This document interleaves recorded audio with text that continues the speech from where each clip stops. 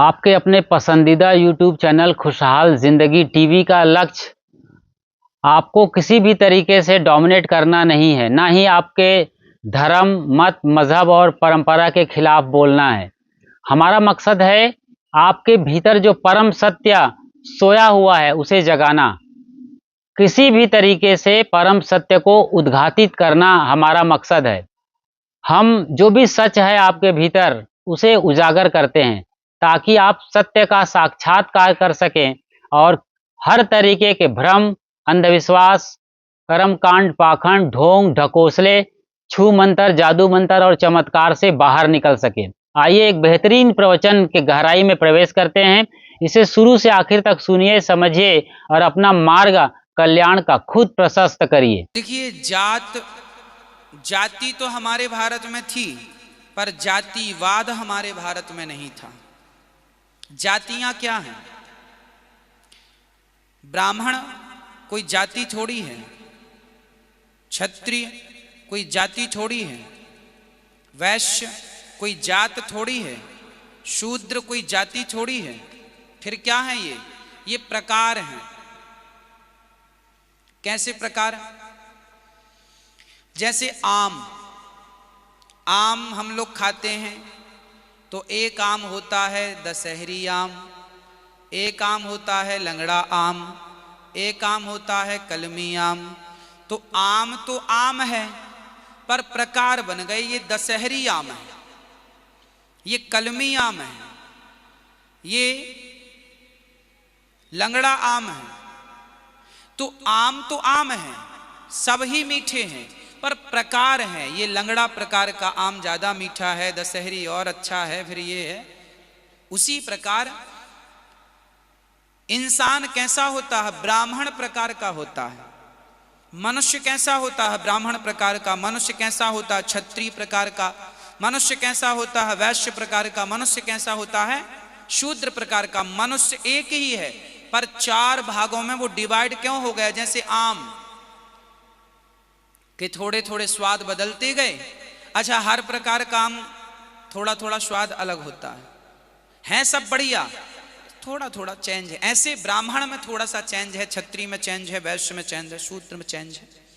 प्रकार है, ये जात नहीं है हमारी। हमारी जात क्या है? हम सिर्फ मनुष्य जाति के हैं। हमारी जात क्या है? मनुष्य जाति के हैं हम कुत्ता बिल्ली जात के नहीं हैं, पशु पक्षी जात के नहीं हैं। हम किस जात के हैं? बड़े भाग्य मानुष तन पावा। हम मनुष्य जाति के हैं। गोस्वामी जी ने ये नहीं लिखा कि बड़े भाग्य ब्राह्मण तन पावा, क्षत्रिय तन पावा, वैश्य तन पावा, शूद्र तन पावा। ना, बड़े भाग्य मानुष तन पावा। हम मनुष्य जाति के लोग हैं। यही नहीं, अभी और सुनिए। मेरे बंधु गुरु रविदास जो एक प्रकार से एक महान समाज सुधारक थे।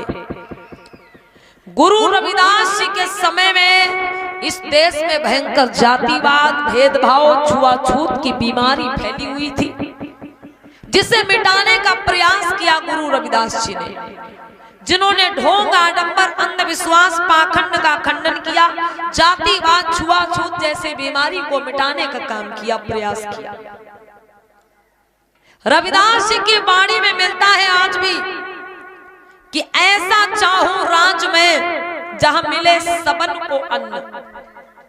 रविदास जी ने कहा, ऐसा चाहूं राज में जहां मिले सबन को अन्न, और छोट बड़े सब सम बसे, रविदास रहे प्रसन्न। ये गुरु रविदास जी की वाणी है। लेकिन मेरे भाई, उन्हीं गुरु रविदास जी के बारे में क्या लिख दिया गया? लिख दिया गया कि गुरु रविदास जी जो थे वो भक्ति करते थे, गंगा नहाते थे, कृष्ण भक्त थे। गुरु रविदास जी को जब आप पढ़ेंगे तो उनके बारे में यही सब लिखा मिलेगा। मेरे बंधु, रविदास जी का जन्म आज से लगभग 500 साल पहले हुआ इस धरती पर। 500 साल पहले। अब सोचो जरा, रविदास जी के बारे में ग्रंथों में क्या लिख दिया गया मेरे भैया, कि एक दिन रविदास जी बैठे हैं, जो भी उनका काम था, अपना जूता बनाने वाला जो भी काम था वो काम कर रहे थे, और उसी समय पर कुछ विप्र समाज के लोग आते हैं, ब्राह्मण समाज के लोग, जो कहते हैं कि रविदास हम गंगा नहाने जा रहे हैं, क्या तुम भी हमारे साथ चलोगे? रविदास जी ने कहा नहीं भैया, हम तो नहीं जा पाएंगे, हमारे पास कुछ काम ज्यादा है। ऐसा करो, ये मेरी चवन्नी लेते जाओ, गंगा मैया को भेंट कर देना। ये हम नहीं कह रहे भैया, ये जो उनके बारे में लिख दिया गया, उनकी किताबों में लिख दिया गया, वो आपको सुना रहे हैं। फिर क्या था, रविदास जी ने वो चवन्नी दे दी और वो विप्र लोग गंगा स्नान के लिए चले गए। लेकिन रविदास जी ने बताते भाई ये भी कहा था कि पहले ये कहना कि हे गंगा मैया, तुम्हारे भक्त रविदास ने चवन्नी भेजी है, और जब गंगा मैया हाथ बाहर निकाल के चवन्नी ले तब ही ये चवन्नी देना, ऐसे मत देना। तो भाई वो विप्र लोग गंगा जी पे पहुंचे, बोले है गंगा मैया, तुम्हारे भक्त रविदास ने तुम्हारे लिए चवन्नी भेजी है भेंट में। बताते हैं भाई, लिख दिया गया ग्रंथों में, रविदास जी की पुस्तकों में, किताबों में, उनकी जीवन गाथाओं में, कि एक तरफ गंगा मैया ने हाथ बाहर निकाला, वो चवन्नी ले ली, और एक तरफ हाथ बाहर निकाला, सोने का कंगन दे दिया। मतलब वो चवन्नी ले ली, बदले में सोने का कंगन दे दिया। किसने? गंगा मैया। उसके बाद क्या हुआ भाई, वो विप्र लोग वो कंगन राजा के पास लेकर पहुंच गए, क्योंकि कंगन जो था बहुत सुंदर लगता था। तो उन्हें लगा कि अगर ये कंगन हम राजा को भेंट करेंगे जाके, तो राजा बहुत खुश होंगे, हमें इनाम देंगे। अब उन लोगों ने उस कंगन को राजा के पास पहुंचा दिया। राजा ने वो कंगन अपनी रानी को दिया जाके। अब रानी को एक कंगन बहुत अच्छा लगा, उन्होंने कहा हमको दूसरा भी चाहिए। एक कंगन का क्या करेंगे, दूसरा कंगन लेके आओ। कहां से आए हो? अब राजा को तो पता नहीं था भैया ये कंगन कहां से आया। तो राजा ने उन्हीं विप्रों को बुलवाया, कहा है विप्रो, तुम जो कंगन लाए थे वो कंगन मैंने अपनी रानी को दिया जाके, लेकिन मेरी रानी कह रही है कि एक कंगन और चाहिए, वैसा लेके आओ। कहां से लाए थे वो कंगन? अब वो विप्र लोग घबरा गए कि दूसरा कंगन कहां से लाए, ये कंगन तो गंगा मैया ने दिया था। अब दूसरा कंगन हम लाएं तो कहां से लाएं? अगर नहीं लाएंगे तो राजा हमें जेल में डलवा देंगे। कोई उपाय नहीं निकला, तो रविदास जी के पास पहुंचे और रविदास जी को सारी बात बताई। बोले हमसे गलती हो गई, हमने आपको कंगन नहीं दिया, राजा को दे दिया जाके। अब वो महाराज की रानी दूसरा कंगन मांग रही, हम क्या करें, अब तुम ही मेरे प्राण बचा सकते हो। तो रविदास जी भाई बताते हैं कि बैठे हुए थे, जूता बना रहे थे और विनती करी, और उसी कठौता में गंगा मैया कंगन लेके प्रकट हो गए। तभी से बताते हैं कि एक कहावत चली आ रही, मन चंगा तो कठौती में गंगा। बताते तभी से कहावत चली आ रही। चलिए ठीक है, मान लेते हैं भाई, ऐसा रविदास जी की किताबों में लिख दिया गया, उनके बारे में लिख दिया गया। लेकिन सोचिए, तथागत गौतम बुद्ध ने कहा कोई बात इतनी मोटी किताब में लिखी है तो इसलिए मत मान लेना कि ये बात इतनी मोटी किताब में लिखी है तो सही होगी, उस पर विचार जरूर करना।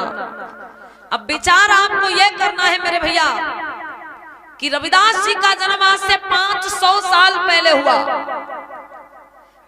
रविदास जी से बहुत बाद में आए बाबा साहब अम्बेडकर। बाबा साहब के जमाने में हमारे लोगों को साफ स्वच्छ तालाबों में भी घुसने का अधिकार नहीं था। तब बाबा साहब को लड़ाई लड़नी पड़ी थी। कौन सी? महार तालाब सत्याग्रह करना पड़ा था बाबा साहब को। तब हमारे लोगों को साफ स्वच्छ नदियों में, तालाबों में पानी छूने का अधिकार मिला।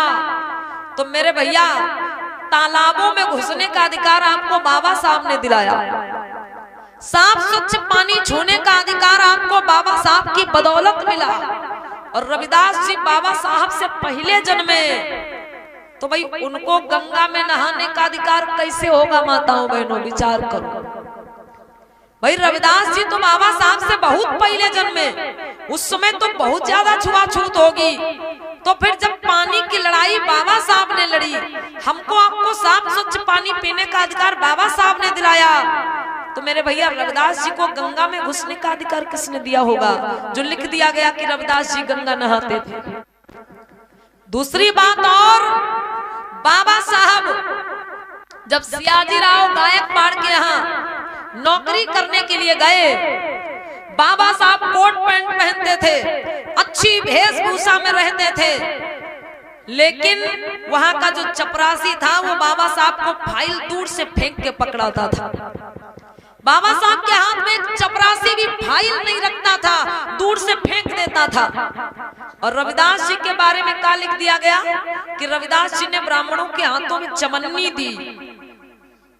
भैया परछाई से भी नफरत की जाती थी, उनके हाथ से किसी ने पैसा कैसे ले लिया होगा, विचार करिए आप। वो ऐसी व्यवस्था थी कि हमारे लोगों की परछाई से भी नफरत होती थी, और ग्रंथों में लिख दिया गया कि रविदास जी से चवन्नी ले ली। सबसे बड़ी बात मेरे भैया कि आज के 500 साल पहले चवन्नी चलती ही नहीं थी। यहाँ पर बहुत बूढ़े बुजुर्ग लोग बैठे होंगे जिनके सामने चवन्नी चलना शुरुआत हुई होगी। आज के 500 साल पहले चवन्नी चलती ही नहीं थी, तो रविदास जी ने कौन सी चवन्नी दी थी उनको भैया गंगा मैया को भेंट कर देना जाकर के। ये विचार करिए मेरे बंधु, ये हमको आपको गुमराह किया गया। देखिए उस समय हमारे आपके लोग पढ़े लिखे नहीं थे, इसलिए उन्हीं लोगों ने मनगढ़ंत कहानियां हमारे पुरखों के बारे में लिख दी कि जब ये रविदास को मानेंगे, रविदास इनके पुरखा हैं, और रविदास को जब ये मानेंगे तो ये भी मानेंगे कि हमारे पुरखा रविदास गंगा नहाने जाते थे, तो हम उनको जाना चाहिए। इसलिए ये लिख दिया गया, और हमारा समाज इतना भोला वाला तर्क नहीं कर पाता, मान लेता उन बातों को। दूसरी बात और बताते हैं मेरी माताओं बहनों, रविदास जी के बारे में और तमाम बातें लिखी गई। एक कहानी रविदास जी की बताई जाती है भैया, बहुत कथावाचक लोग दिखाते भी हैं झांकी के माध्यम से आज भी, कि रविदास जी भक्त थे, उनको भक्ति करने से मना किया जाता था। तो एक दिन क्या हुआ, विप्र समाज के लोगों ने विचार किया कि रविदास की परीक्षा ली जाए, अगर ये सच में भक्त है तो परीक्षा में पास होगा। भाई बुलाया गया कि देखो रविदास, तुम अपनी भगवान की मूर्ति लेके आओ, और हम अपनी भगवान की मूर्ति लेके आएंगे, फिर हम नदी में प्रवाहित करेंगे, और जिसकी मूर्ति तैर गई समझो वो सच्चा भक्त है। बोले ठीक है। अब रविदास जी की पत्थर की मूर्ति और उन लोगों की लकड़ी की मूर्ति, क्या हुआ जब नदी में मूर्ति डाली गई तो मेरे भैया लिख दिया गया कि रविदास जी की पत्थर की मूर्ति तैर गई और उन लोगों की लकड़ी की मूर्ति डूब गई। अब बताओ भैया, ये हमें आपको गुमराह करने के लिए ही तो हमारे पुरखों के बारे में ऐसा लिखा गया। मेरे भैया आज के 500 साल पहले रविदास जी के बारे में ये सब बताया गया, उनके बारे में मनगढ़ंत कहानियां गढ़ दी गई। पहली बात विचार करो, पत्थर तैर ही नहीं सकता है। अगर आप अपने रविदास जी के बारे में ये बात मानोगे कि हमारे रविदास जी ने पत्थर की मूर्ति तैरा दी थी, तो फिर ये भी मानना पड़ेगा कि रामचंद्र जी जब लंका को जा रहे थे तो बंदर पत्थर पर राम राम लिख करके नदी में पत्थर डाल देते थे, वो तैर जाता था। आज आप कहते हो ऐसा हो नहीं सकता, अरे किसी का नाम लिख करके नदी में डालने से पत्थर कैसे तैर जाएगा? आज इस बात को आप मानते नहीं हो। और दूसरी तरफ ये मान लेते हो कि रविदास जी ने पत्थर की मूर्ति तैरा दी, तो भैया अगर तुम्हारे रविदास जी की पत्थर की मूर्ति तैर गई तो उनका भी पत्थर तैर जाएगा, आप उसे रोक नहीं सकते। इस अंधविश्वास से फिर निकल नहीं सकते। इसीलिए मेरे भैया ऐसी कहानियां हमारे पुरखों के बारे में लिखी गई। पहली बात, हम विज्ञान की दृष्टि से सोचें, पत्थर तैर ही नहीं सकता पानी पे, वो किसी की मूर्ति हो, किसी का नाम लिखा हो, कुछ भी हो। एक कहानी रविदास जी के बारे में और बताई जाती है कि रविदास जी ने सीना फाड़ के जनेऊ दिखा दिया था। मेरे बंधु विचार करो, एक तरफ आप जब ये कहानी सुनते हो कि हनुमान जी ने सीना फाड़ के भगवान को दिखा दिया था, तो हमारे लोग कहते भाई ये झूठ है, नहीं मानेंगे। तो भैया अगर आप उस बात को नहीं मानते हो तो फिर इस बात को कैसे मान सकते हो कि रविदास जी ने सीना फाड़ के जनेऊ दिखा दिया था। मेरे बंधु, ये हमारे पुरखों के बारे में इसलिए ऐसी बातें लिखी गई ताकि हम आडंबर में पड़े रहे, पाखंड में पड़े रहे और बाहर ना निकले। ना तो रविदास जी ने कोई पत्थर की मूर्ति तैराई थी, ना तो रविदास जी ने कोई सीना फाड़ के जनेऊ दिखाया था। रविदास जी स्वयं ढोंग आडंबर पाखंड के घोर विरोधी थे। उन्होंने कभी कोई पूजा पाठ भक्ति भजन किया ही नहीं। वो तो बस अपने समाज को जगाते थे, अपने समाज को अंधकार से बाहर निकालने का प्रयास कर रहे थे पूरा जीवन भर। रविदास जी ने इस देश में फैली हुई कुप्रथाएं, कुरीतियां, आडंबर, पाखंड, जातिवाद, छुआछूत को मिटाने का प्रयास किया। वो सच्चे समाज सुधारक थे, लेकिन उनके बारे में लिख दिया गया कि वो बहुत बड़े भक्त थे। तो मेरे भैया, आप असली रूप में अपने पुरखा को मानिए। रविदास जी का असली रूप यही है कि वो एक सच्चे समाज सुधारक थे। वो किसी के भक्त या कोई पूजा पाठ नहीं करते थे।